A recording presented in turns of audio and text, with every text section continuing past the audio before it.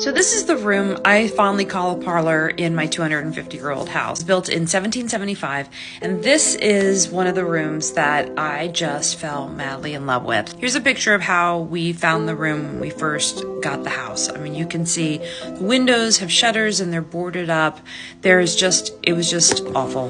We did most of the work ourselves, and what I want you to note in this picture is just really how much wallpaper there is and also the ceiling. This is a great picture of the multiple layers. That one was the oldest one. This was the wallpaper that was on the top, and it was just so beautiful. So this is the room where I pulled off that mantle when I was doing all this scraping for days on end. But this is the mantle that I pulled off, and I found a bunch of quills and all kinds of writing things behind it.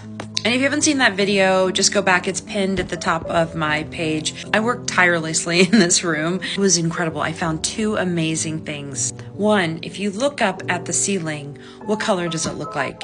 It's actually lavender. I was talking to a historian, and she said, oh yes, Kim, back in the days, especially because this was a French family and they had lots of money and they were pretty flamboyant at the time. So all of this depiction of things being all brown and black, no, people loved color. And so they had actually painted their ceiling purple. Isn't that incredible? I decided to keep it, and I'll show you guys at the end of this video, but I decided to keep the purple ceiling. And as I was scraping, do you see this little man up here, or what looks like a man in a hat? I had the hardest time getting the wallpaper off of that, and I scraped and scraped and scraped, and when I finally did and got it off, you guys, underneath it actually looks like it was an old sketch of a man. It was like a drawing, or someone had painted on the walls. So if you look behind me, what do you see? We actually framed it. Do you see the man? Do you see his top hat and his mouth and his ear and his kerchief? And so we decided to frame him.